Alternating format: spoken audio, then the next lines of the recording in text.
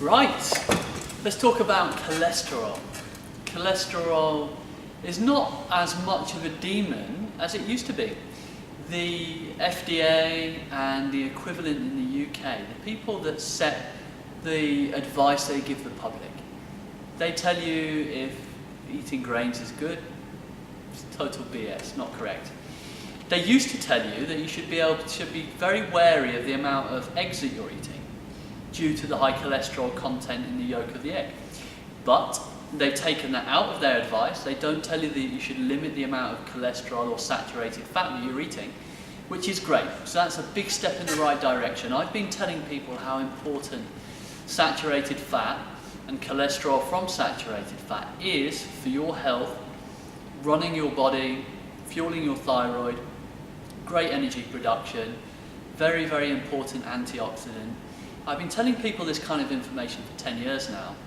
Now, let's talk about a couple of studies. There was a study done in old people's homes, and they showed different levels of cholesterol and how that responded to mortality.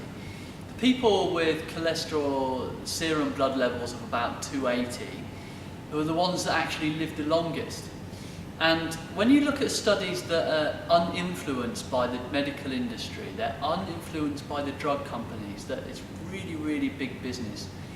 I mean, I think on last year alone, the net profits for the 5 biggest drug companies was something like 15, 16 billion.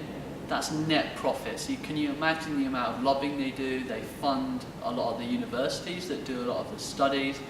They fund the medical schools. They're massive. So when you actually look at the right studies, the real studies that were very scientifically conducted before 1950, 1940, before the medical drug industry got involved, you'll often find that cholesterol has been shown to be beneficial, protective, anti-cancer, pro-metabolism. You name it, it's brilliant. There's a few studies. There's studies with rats that show they had different control groups. The ones that were fed the most unsaturated fats, which are very damaging, I'll talk about that in another video, were at the end of the period, I think it was 6 or 8 weeks, they were the fattest. The ones that were fed the most saturated fat, they were the thinnest. They had the least body fat.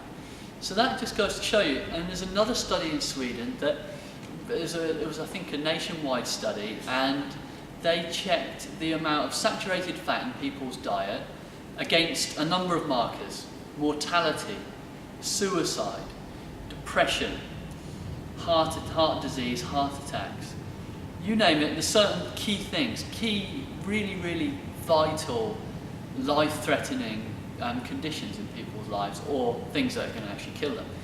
They monitored all those things, and they found people with the higher cholesterol levels had a reduced case of all those things I've mentioned. They had a reduced case of suicide, dying from accidents, dying from heart disease, dementia, high heart disease, high cholesterol in the bloodstream, you name it. So those things are very, very important. Nobody wants those, so you want to look into getting enough cholesterol in your diet. So cholesterol and saturated fat is extremely important. Coconut oil is a great source, butter is a great source, fat from meats is a great source, the fats in milk are very good. So those are the kind of things that can make you healthy and help you have a wonderful life.